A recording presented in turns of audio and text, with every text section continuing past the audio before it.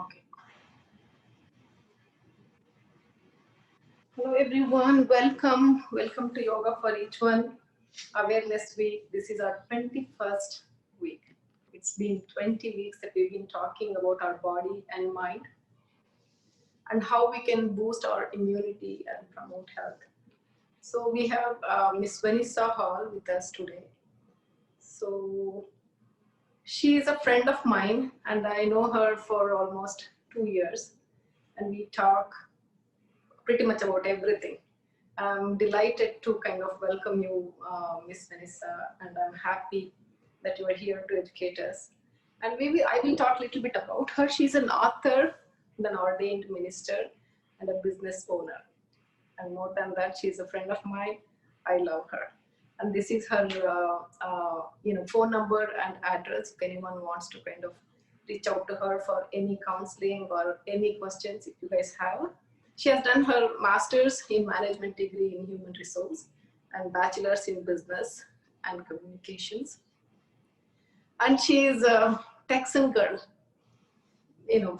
she's a Texan girl from both birth and spirit. That's what she wrote in her bio when she said.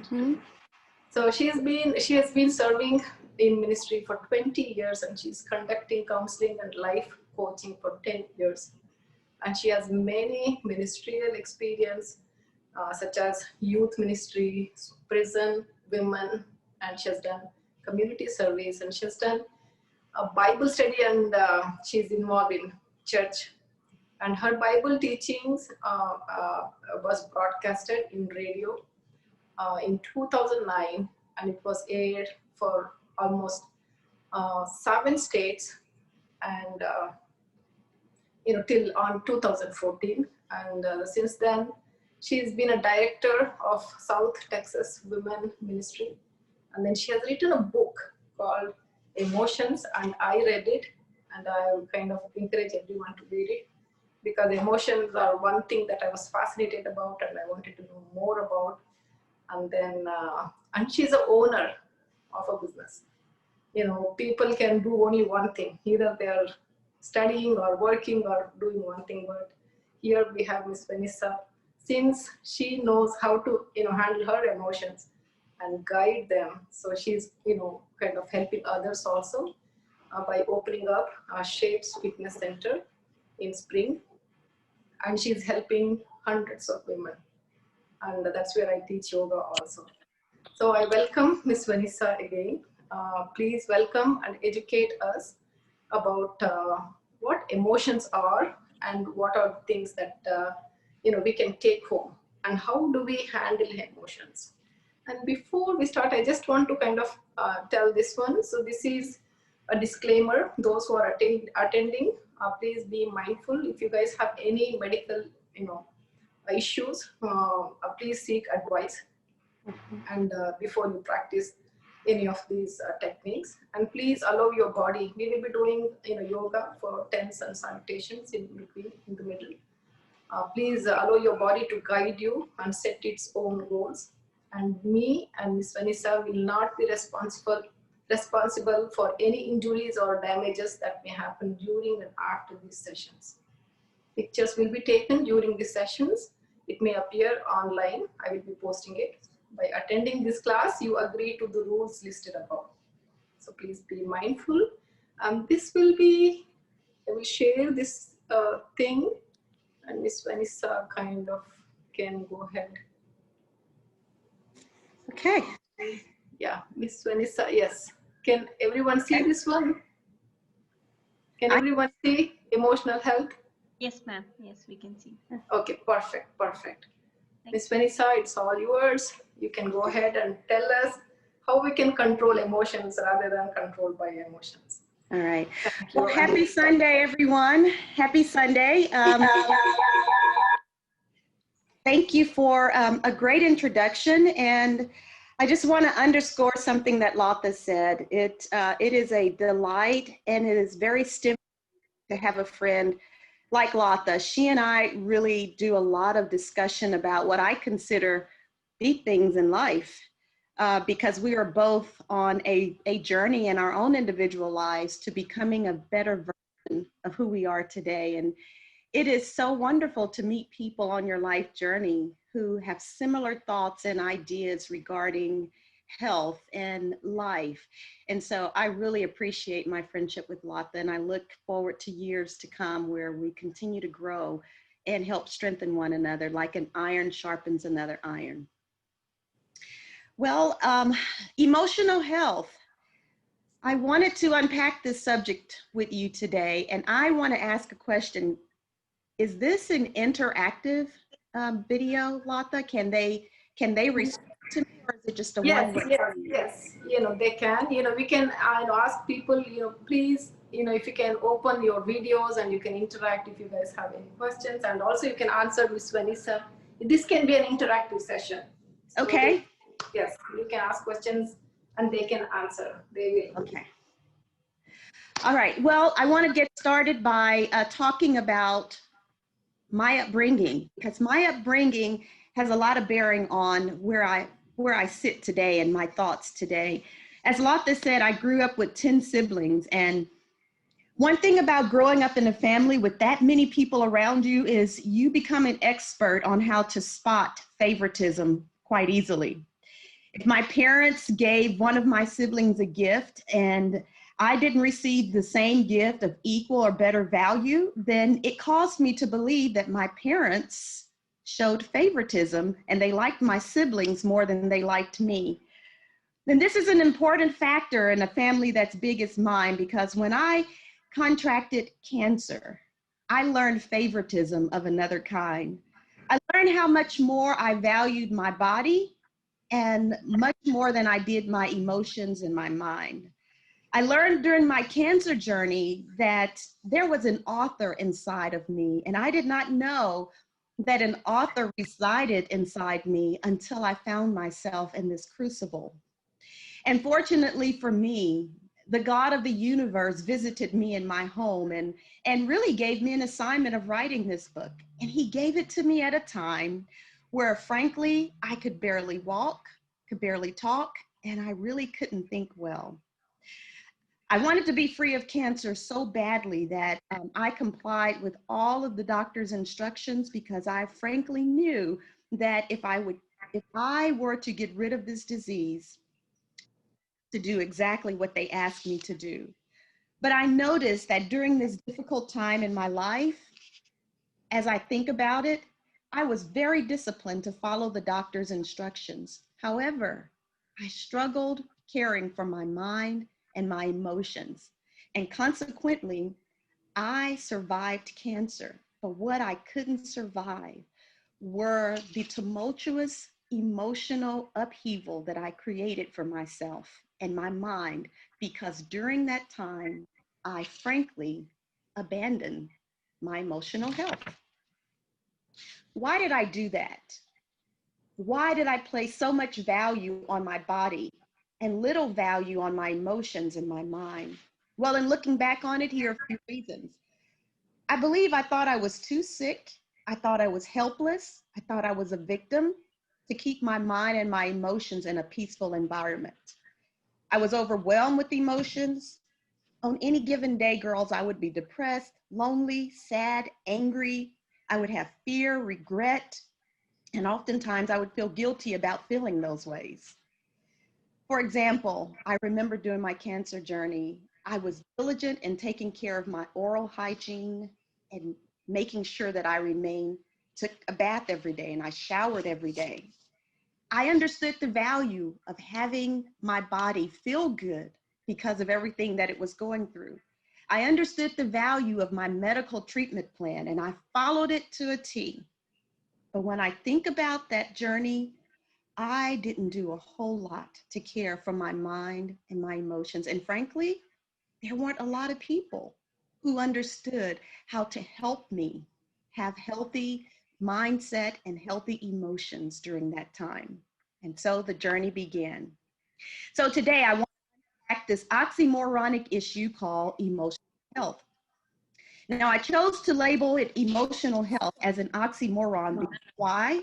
In our Western culture, here in the United States of America, emotional health is lagging at an unfortunate distance to physical health. Look at the news. Look on any social platform. Read any article, and you will find that people are talking about getting in shape, being fit, and it's all about the physicality. It's not about emotions, and it's not about your mindset. So I'm a gym owner, and I oftentimes try to help ladies based on mind, body, and spirit, a holistic approach to health and fitness. And invariably, ladies will allow me to help them in one of three areas. And I want you to guess which area the lady will allow me to help her at the gym. Is it body, is it mind, or is it soul? What do you think? Uh, Hi, Miss Vanessa. I think it must be the soul. I mean, it's the mind. Sorry, The and mind. because I think mind plays a very important role in everything. That's what I feel. Thank you. I I think think I would choose to request help for my soul, because I think that would help me a lot more, and then set my emotions and my body probably. well, let me tell you, girls, the one area in which a lady will allow me to help them 9 times out of 10 is with their body, just the body. So I want to ask you a few questions. I don't want you to answer, but I want to start provoking your mind to think about emotional health through these series of questions. Here we go. What do you know about maintaining your emotional health? That's the question on the floor. Just think about it. What do you know about maintaining your emotional health? What do you, if you're a mom, what do you teach your children about emotional health? How is it that we spend more time caring for our teeth, caring for our bodies so that we can smell good and feel good than we do our minds? Next question. Why is our physical health so much more important in America than our mental and emotional health? Finally, do you know that most people who are emotionally healthy weren't born that way, nor did they come from emotionally healthy families? It's a fact. People have to create habits to establish and maintain their emotional health. That's number one. We have to create habits. Now, psychologists will tell you, and life coaches will tell you, that a habit form if you practice something between 21 and 66 days. It takes time. It takes time, over a month, right at 2.5 months, for you to develop a habit. So it takes us time to create habits, to establish a new pattern in our lives, and to maintain emotional health. It takes time. You should write down 21 to 66 days, because that's about how long it takes you to establish and maintain emotional health. So what is emotional health then? Well, in order to understand that, we have to look at how we are created as humans. I want you to check out this visual that I gave you. The dark green circle is the spirit. The light green is your soul, and your soul consists of a mind, your intellect, your emotions, your will or decision making. And then the brown circle represents the body. So the God of the universe, who created heaven and earth, created the entire solar system, created the entire universe, created humans with a body, and we are simply created. We are a spirit housed in a body with a soul that consists of our intellect, our emotions, our will, our decision making. We are dynamic creatures, and that's how we were created. We were created spirit, soul, and body. So when we talk about emotional health, we are talking about that light green portion of the three circles. We're talking about the soul. We're talking about your mind, your intellect, your emotions. We're talking about your feelings, your mood, and we're talking about your will, your decision making, the way you make decisions. So emotional health. I believe emotional health is an important part of our overall health. It's not all of our health, but it's an important part of our overall health. That's number 2. It's an important part of our overall health. And people who are emotionally healthy, they're typically in control of their thoughts. They can control their feelings, and they can control their behaviors or their decision making. That's number 2. If you need me to repeat any of these answers, please let me know and I will repeat them. When you think about emotionally healthy people, typically they can cope with life's challenges. They keep problems in perspective. Typically, these people can bounce back from setbacks. They feel good about themselves, and usually they have good relationships. Another thing about emotional health is being emotionally healthy doesn't mean you're happy all the time. I mean, quite frankly speaking, you are not happy all the time, and you can still have emotional health. But what it does mean is you are aware. You are aware of your emotions. That's number 3. Being emotionally healthy does not mean you're happy all the time. It simply means you are aware of your emotions. Quite frankly, you can deal with them, whether they're positive or negative. Because emotionally healthy people, they still feel stress and anger and sadness, but they know how to manage those negative feelings. They can tell when their problem is more than they can handle. They know when it has gotten out of control that they need to seek help. Emotionally healthy people know that because they have an inherent need to be healthy. And whenever their emotions go beyond or their life situation goes beyond an area where they can handle, they typically know how to seek for help. And that's number 3. Let me tell you another thing about emotional health. There is a great connection between physical health and emotional health. Physical health and emotional health. There is a great connection between those two, so much so that if you neglect one, the other will be negatively affected. This is number 4.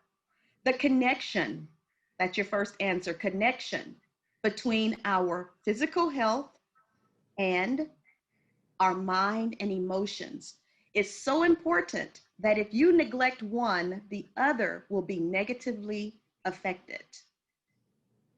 Well, unfortunately, this is true. The laws of health mandate this to be true.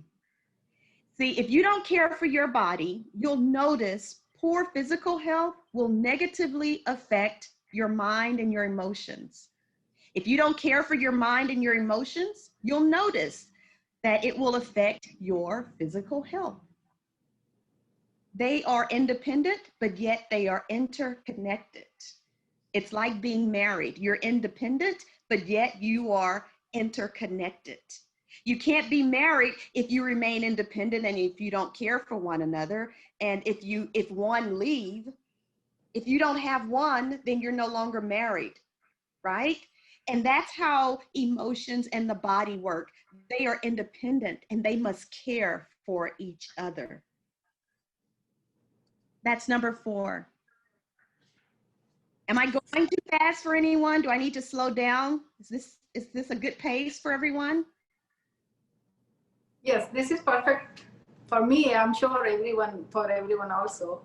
Yes, Okay. yes, ma'am. Yes. Can you just move the page a little up, Lata?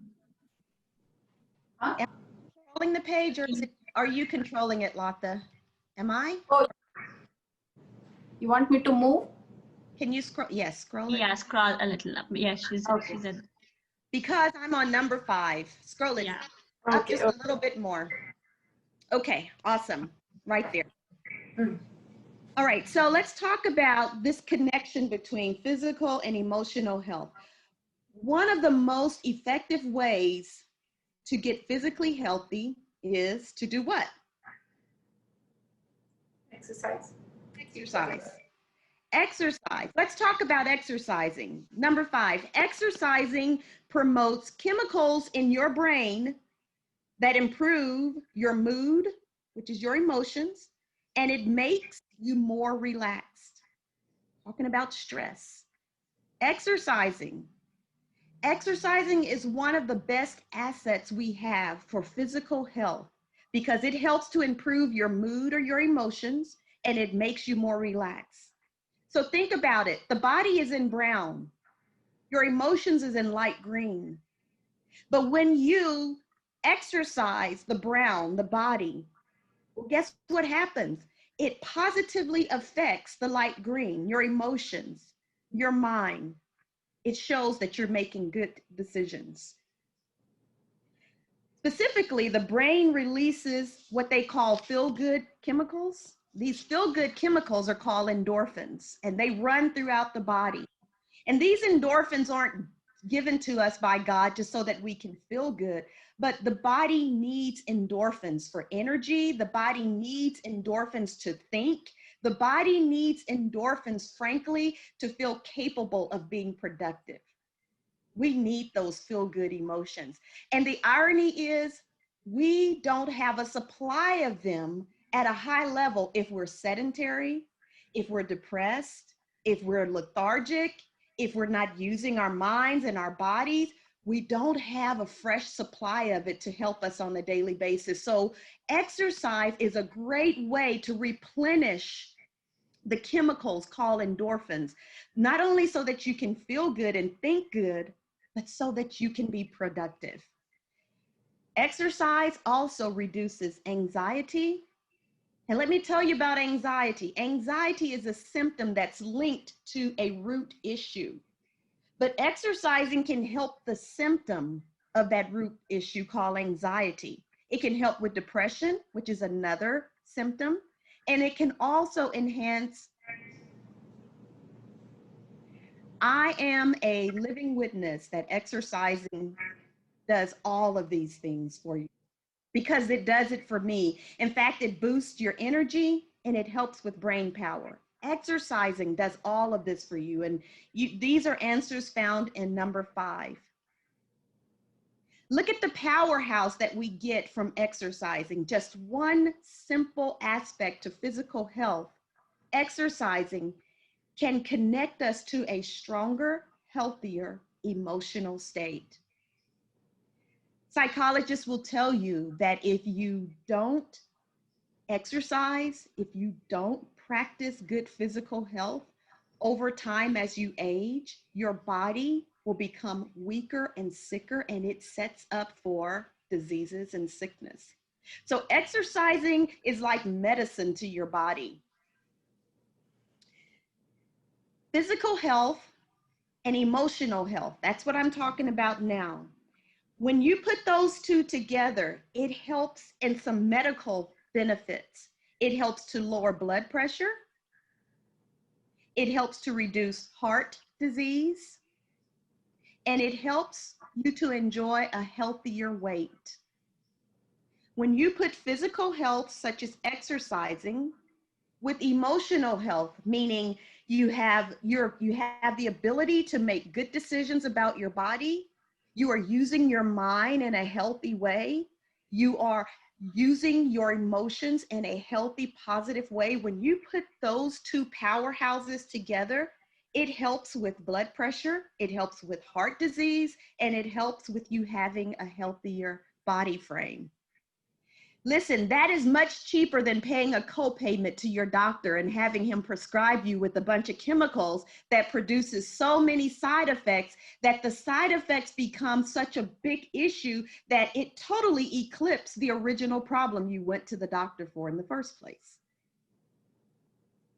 So I'm a proponent of physical exercise, not because I'm a gym owner, but because before I became an owner, I recognized that my recovery from cancer was one where I spent time eating healthy, drinking healthy, reducing stress, getting good, proper sleep, and exercising. That became the habit, the 21 to 66 day habit that I had to establish and maintain for my life.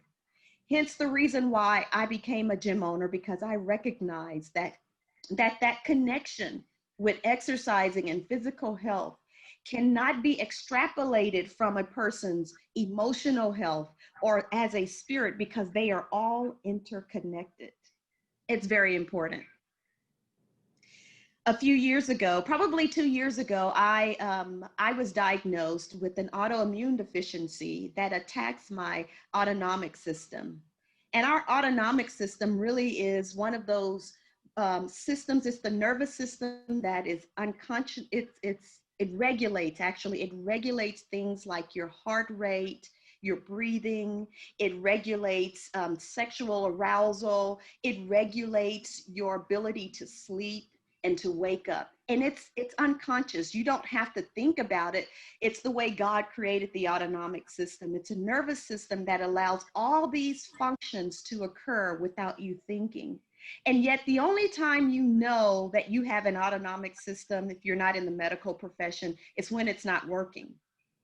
And that's what happened to me. My autonomic system has been attacked. My body is attacking my autonomic system, which causes me to have some very severe symptoms that can really impose upon my emotional health. And so what I've considered is every day when I go to the gym, before I work or after I get off, I do something that it is one of the most difficult things I can do. I exercise. And exercising isn't easy for me because 3 years ago, I could run a 5K every other day. That's 3.26 miles every other day. Today, I can't run 5 minutes on the treadmill. And one day I was running on the treadmill and my staff heard me and they were kind of laughing because they thought I was being a drama queen, making all this noise. And in fact, I didn't know why I was doing that other than I couldn't breathe. And I went to the doctor and I discovered that there is an autoimmune deficiency called Sjogren's. Sjogren's is part of what's creating an attack on my autonomic system. I share this story with you because I don't know if you are dealing with any type of physical sickness or disease.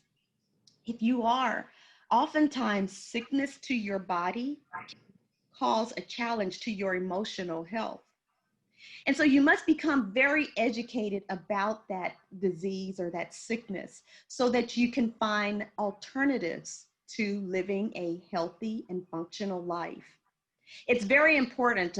It's something that I do on a daily basis. I am constantly informing myself on how to live as much as possible, a healthy life, dealing with this systemic issue in my body.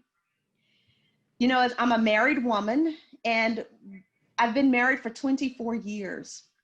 And over the course of 24 years, I have learned that being married is very similar to the physical, emotional health.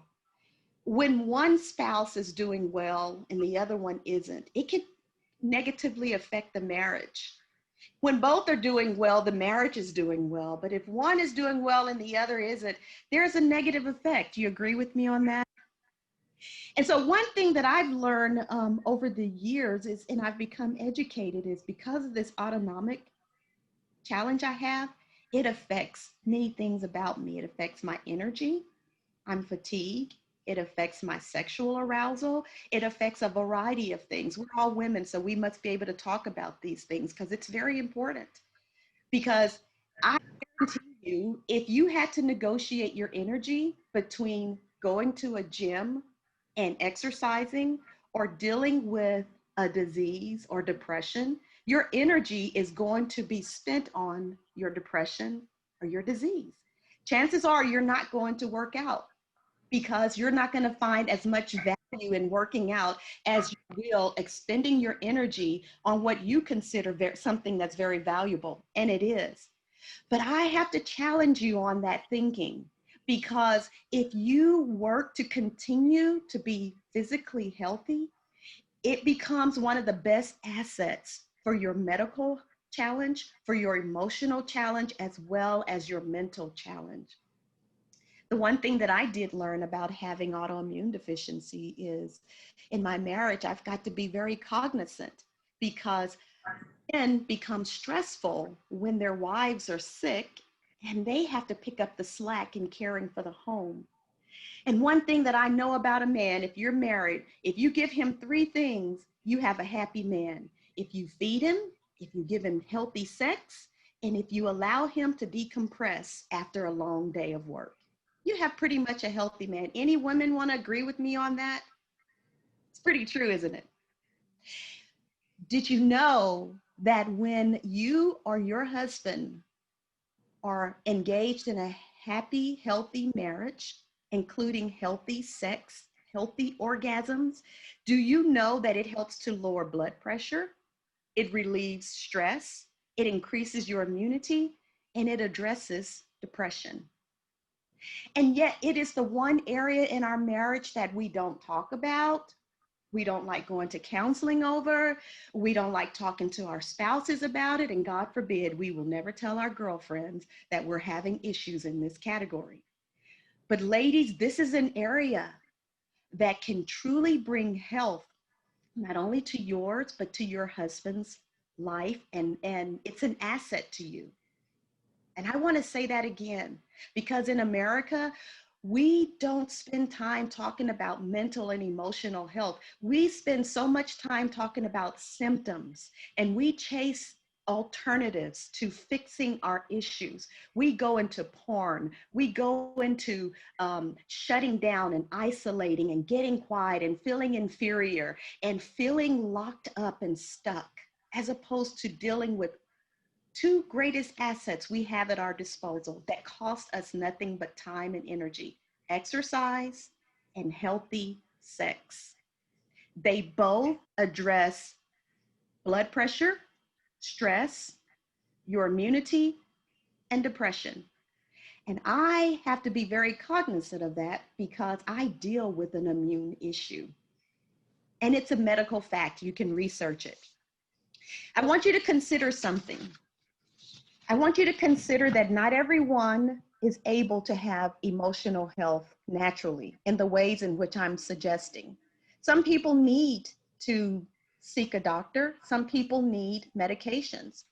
There could be chemical imbalance. There could be past traumas. There could be family concerns. There could be hereditary issues that cause you to have a much more severe problem emotionally and psychologically that these remedies won't fix, that you might have to seek counseling, a support system, or even medication. So I want to produce that caveat to let you know you should not be shamed or embarrassed to do so. Everybody needs support at different junctures in life. And I believe that those are very healthy recommendations for each of us if we need them. Any questions about what I've shared? Latha, how many more minutes do I have, or is that my segment? Another 5 minutes. Okay. You can take another 5 to 10. Scroll down. Can you scroll? Can you scroll? Oh, you want me to scroll down? Okay. Keep scrolling up. I want to get to the bottom of page 2. I'm sorry, scroll down. Oh, scroll. Okay. Okay. Right here. I want to give you some ideas on how to practice emotional health. These are not things that we're going to do on this call. I have some other things I want to share with you, but these are some resources for you in the privacy of your home or wherever you decide to do these. First of all, I want you to train your attention muscle. Your attention, which I'm talking about the mind. This is the soul. Remember, it's the mind, it's the emotions and the will. I want you to train your attention muscle with mindfulness. Mindfulness. So start a daily mindfulness practice. Start it in the morning, when you're taking your shower. Spend time thinking about things that are good, that are healthy, things that are peaceful. In the shower, while the water is falling on you, think about those things. Think about moments in life where you felt loved, where you cared, where you felt cared for. Think about those moments in life where you were with somebody that you loved and you felt like you could have stopped time right there. Another example is when you're in meetings, if you work on a job or wherever you are, in those meetings, think about good thoughts, even when you're in a conflict, or if things you don't understand, if you feel inferior or insecure, think good thoughts. It won't fix your problem, but it will prevent you from being stressed and anxious. And it will keep your mind, your cognition from shutting down and not allowing you to participate in an intellectual way. Stress decreases cognition, and cognition prevents us from thinking clearly. Does that make sense to everyone? When you're cooking, don't think, I've got to do this for this family. I'm the only one who cooks. Yes, that's a headache. Learn to delegate. Find simple meals. Become creative. Do what it takes to bring attention to your mind. Bring attention to your mind. You know what? It takes 21 to 66 days to do this. So I've given you a lot of examples on how to be mindful throughout the day so that you are not a slave to depression, sadness, being ashamed, feeling guilty. When you're asleep, sleep with the mindset that before you close your eyes and go to sleep, think something good. When you're driving, think good thoughts. When you're walking, don't talk about all the things that just make you feel so sad, because your body is producing endorphins. It's trying to make you feel good. So don't counter that with talking about all the negative things. Find something positive to think about. Have fun. I put play down here because do you know that adults should still play? We should not be serious all the time. We should laugh. We should have fun. We should crack jokes. We should prank each other. It is all a part of living and enjoying your life. When you're eating, when you're listening to music, when you're watching TV. Girls, don't watch TV programs that's going to make you depressed and have you crying more than the actors. Watch something that's positive. All right, so train your attention muscle for mindfulness. The second thing is eliminate negative thinking patterns with cognitive restructuring. What do I mean by that? In clear language, I'm saying remove the negative thinking and replace it with positive thinking. Structure your mind so that you are feeding it positive, good thoughts. You replace the negative thoughts with a good thought. If you suppress the negative thought and don't replace it with anything, something will trigger you and bring it back, because you have to replace, you have to trace it, replace it, and then continue to live it out. Does that make sense? You can't suppress it. You have to replace it, because something will trigger you and cause you to revert back to that negative thought or that negative behavior. And instead of suppressing it, replace it. Replace procrastination with initiation. Replace a lack of time management with showing up on time. You replace it with something, and over time, it becomes a habit. Change your inner voice. I'm sorry, before I go to changing your inner voice, the one way you can do that is self-talk. This is something that I love. When people are around you and they're talking to you, analyze what they are saying. Think about the negative things that are coming out of their mouths and analyze it, not so that you can judge them, but so that you can learn what not to say to other people, so that you learn how to be a positive, healthy communicator. And then help to change your own inner voice. Instead of self-criticizing, instead of condemning and really reiterating all the negative things about you, give yourself a break, be gentle to yourself. And what you are learning is that you are caring for yourself through your thinking. Be intentional about all of this, not habitual, but be intentional with your self-criticism. What do I mean by that? It is so much easier to change your thought processes when you are being intentional as opposed to just being habitual. I can get up every day and do the same thing. But that's habitual. But if I choose to be a healthy person, if I choose to have healthy relationships, if I choose to have a strong marriage, if I choose to have good relationship with my kids, I have to be intentional. Do you see the difference? Intentionality says I'm strategic. I am deliberate in doing this. Habitual says I know how to do it and I can do it over and over and over. And it doesn't mean that it's good. It just means I've learned this habit. Right. So that's eliminating negative thinking patterns so that you can restructure your cognition. And then finally, build better relationships with your emotions through validating them. So first of all, I've kind of alluded to this already. When you're having negative emotions, instead of not knowing what you're feeling or not clear about what's going on, pause, take a second, and deliberately think, what is happening to me right now? Why am I feeling this way? By the way, how am I feeling? I'm feeling anxious. I'm feeling frustrated. I'm feeling scared. Okay? You're labeling those emotions. You are becoming cognizant of what is happening in the moment. Be present in the moment. So label them. Oh, I'm feeling anxious. I'm feeling fearful. I'm feeling frustrated. And then notice the complexity of those emotions. Chances are you're not feeling just one thing. You're feeling a multiple emotions. And if it were a pie chart, you can say, how much am I feeling now of frustration? How much am I feeling with anxiety? Or how much am I feeling with sadness? It gives you an opportunity to see that you are dealing with a variety of things, a variety of emotions. And the more emotions you're dealing with that are negative, the harder it is to come out of that situation, come out of that mindset. And so you must stop, write it down. Write down the emotions that you're feeling. Scrutinize yourself and write those down.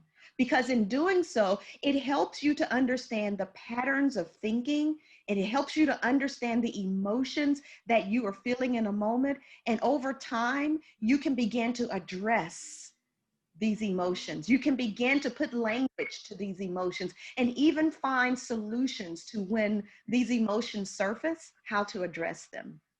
But if you don't know what you're feeling, then how can you successfully address them and resolve them? So label your emotions and notice the complexity of those emotions. Is it one? Is it two? Is it three? Write them all down and be very cognizant of them all. So those are some ways that I would like to share with you and how to practice emotional health. Well, girls, that's the information that I have for you today regarding emotional health. Latha, I want to turn it back over to you. Yes, it was perfect, Miss Vanessa, and I hope everyone got something out of it because I got many things. I know yoga and I know how mind works, and I am cognizant, but still, sometimes the most powerful thing in what you said is be aware of your emotions. Most of the time, we are carried away, or we are kind of identifying ourselves with emotions. That is the one thing that we always distance and be aware of your emotions. The second one, I want everyone to apply as we are doing yoga now. So we all of us know how to do sun salutations, but today, instead of being just by doing habitual, let's put intentional. Let's see if we can learn a little bit more, or if we can do a little bit better. That is the best thing. Okay, perfect. Now we will Lata, I have a question. Can I ask? Oh, you have a question? Sure, go ahead. Yeah. Hi, Miss Hall. This is Brenda. Just wanted to check when you were saying be intentional, not habitual. Does this, like, I mean, an example I would use is like if I am trying to tell something to my daughter, like I'm asking her to do maybe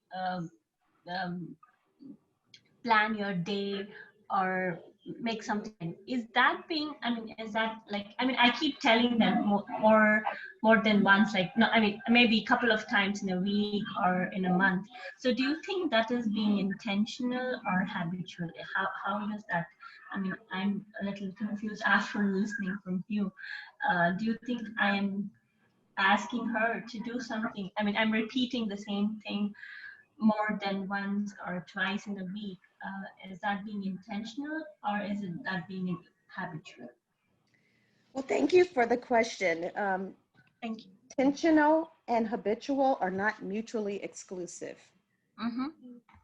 So intentional is the motive, habitual is what you're doing. Okay, so my motive is I'm intentionally reminding my kids, because intentionality is purpose. Your purpose for telling them that becomes the habit. Purpose for telling my kids 2 or 3 times a week to get ready for school on time, or to make sure that they are doing their homework. You're intentional. Why? Because it's important to their education. And it becomes a habit, because you can't just tell them once and they're automatically do it over the course of their education. You have to have a habit of being intentional with your kids and making sure that they're responsible in their education. Does that make sense? Yeah, I mean, yeah, that absolutely. Thank you so much. But what I meant to ask was, like, how would the kid take from her or his side? I mean, I might be intentional. That yeah, like you said, I want them to be responsible. But how would you, in general, take the mindset of a kid? Like, do you think they would? Take it like, yes, my mom is really feeling that I need to be responsible, or do they just think, oh, she's going on with this again and again? And do they just ignore it? That's what I wanted to ask. Yeah, you know, when you're talking about kids, a lot of it is maturity. And, you know, you were a kid and I was a kid at some point. And the thing about it is, when a parent is teaching a child, that child oftentimes don't want to do it. And Yeah. the parent has to persistently be intentional in sharing what they know is good for that kid, despite how that kid feels about it or the emotions that is provoked in that child. Why? Because your intentionality is going to hopefully produce a successful, productive, healthy child. Mm-hmm. And so the focus really is on you and less focus on your child, because kids don't like everything that they are taught, and they're not supposed to, right? On some, but you know that it's important because you recognize being intentional. It's the purpose behind why you want your kid to do what you're asking them to do. Yes, Ms. Hall. Thank you so much. Yeah, it's just that I just wanted to get an opinion about it. Like in general, I mean, I know most of moms or dad parents basically do that, but I didn't know like how would kid would take it. Like you said, yes, they are kids. They try to ignore. It's just that I don't want to have a negative effect. I mean, you know what I'm trying to say. I just don't want them like the more you talk about it, it should not have a negative impact. That's what I was trying. I just wanted to check. So. And it's hard. Every child is different. Yeah. You know, every child takes advice and parenting so unique. But what I can tell you is, if you are doing the very best job in guiding and directing your child, there's no perfect parent. There's no, That's so true. and there's no perfect child, right? Yes. Yes. So what you do is you do what's important for your kid, and you do the best you can. Yeah. Thank you so much, Ms. Hall. It was a wonderful session. I mean, it's amazing. Thank you, Lata, for arranging this. Thank you. Yes, you know, for next question, we will hold on. Maybe we'll finish 10 sun salutations. Then Miss Vanessa will do meditation at the end. So we will finish our 10 sun salutations. Let's get into our mats. If anyone wants to ask a question, please do. You know, otherwise, yes, I have one question for you, Miss Vanessa. So we talked about how to kind of not to suppress our emotions, and we talked about how to replace or put other, not suppress. You said some other, replace. Trace and replace. Replace.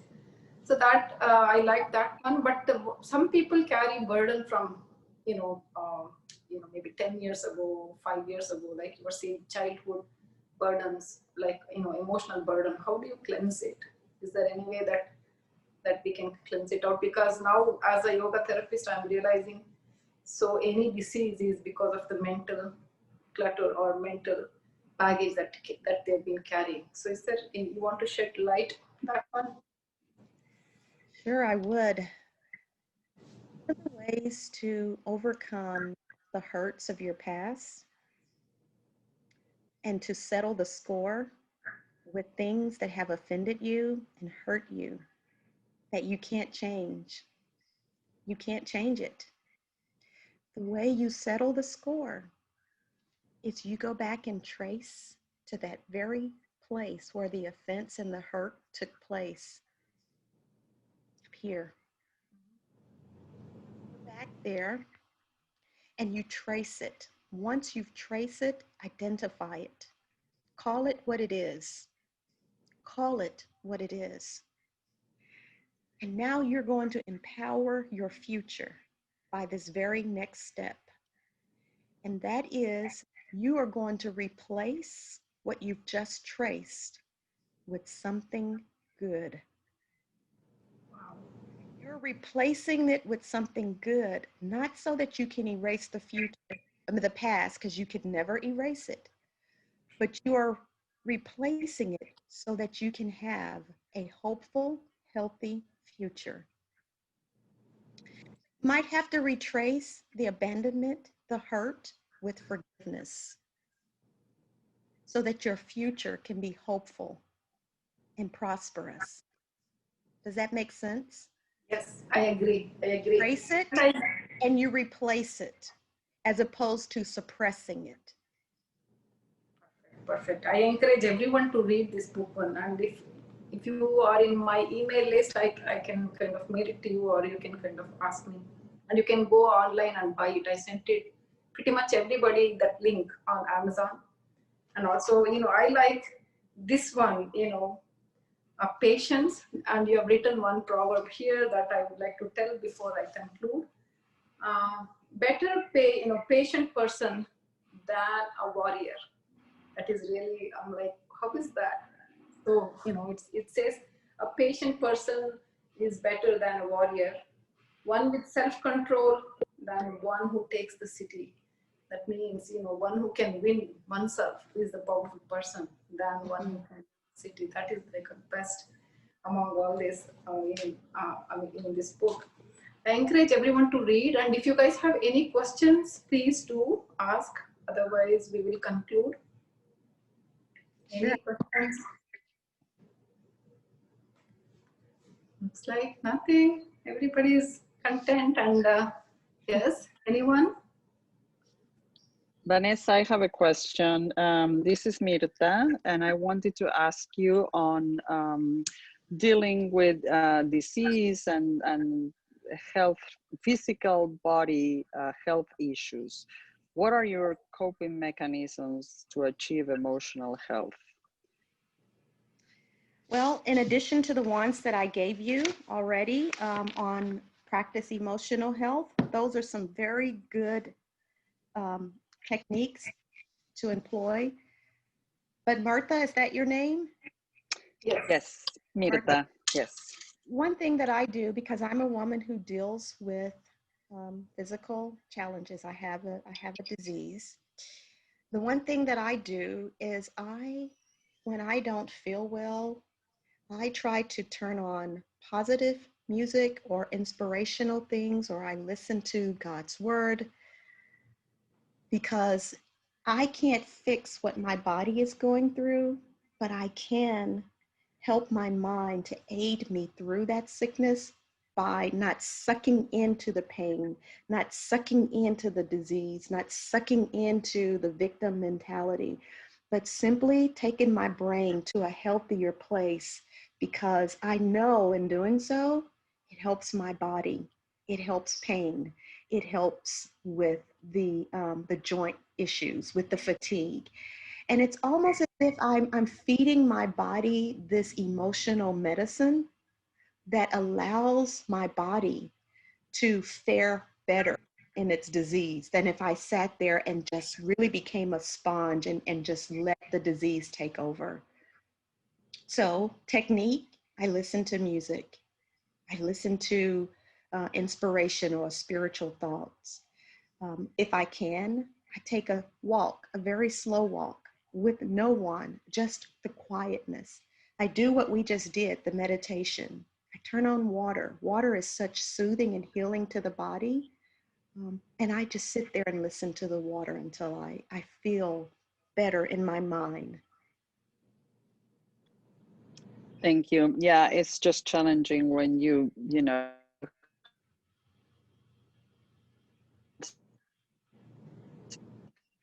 Bertha, we lost connection with you. The connection has been severed. I know. Oh, sorry. Anyways, well, what were you thank saying? I was no, I was saying that it's challenging. I'm also a cancer survivor, and it's challenging when you have physical pain because you wake up with pain, you go to bed with pain, and you know, it's just challenging. Your mind plays tricks, like Lata always tells me. Your mind plays tricks on you, and it's hard to go back and try to train. I think acceptance also when you have a condition is really important part of emotional health. You need to stop fighting things and just accept. But those coping mechanisms you mentioned are very good. Thank you. Myrtha, sometimes suffering is so difficult that you can't be healthy for yourself. But if you have friends and family who love you enough, they can stand proxy to your health. What do I mean by that? When I was going through my cancer journey the second time, one of my best friends would come over by my bedside. And while I would lay there in so much pain and under such severe narcotics, she would read to me. She would pray over me. She would rub my head and rub my arms, and she would tell me that you're loved and you're going to get through this. She would help me bathe. She would do all those things that I frankly didn't care a lot about because suffering took the fight out of me. And I couldn't do it. So she stood proxy in helping me, to help me in areas that I couldn't help myself. And so if you have people around you that love you and are on this journey with you, empower them, allow them to take on some of that responsibility. Don't feel like you just can't allow them that type of responsibility. People love to help when they know that it's going to impact your life. Yeah, thank you. Nice to meet you, Vanessa. Very nice meeting you. So it was very good, Miss Vanessa. It was just touching. Huh? So you are, telling about your experience. And one more thing I would suggest everyone, if you're feeling happy, share with everybody. If you're feeling sad, share with everybody. Because we are part of this universe and we are here to give and also to take. So don't hesitate. Reach out to anyone, either me or Miss Vanessa. And we have, I sent all of you her information in email and everything. So reach out to us and talk and tell, because we are not in here. We are here for each other, not for us. So with that note, Miss Vanessa, thank you very much for coming here and educating. And I want. Thank you. It's been my pleasure. And I want everyone to go home happy and enjoy your rest of the weekend. Have a good Sunday evening. Laugh tonight before you go to sleep. Laugh really hearty. Thank you. Thank you. Thank you, Lata. Thank you, Vanessa. Thank you, Lata. Thank you so much. Bye-bye.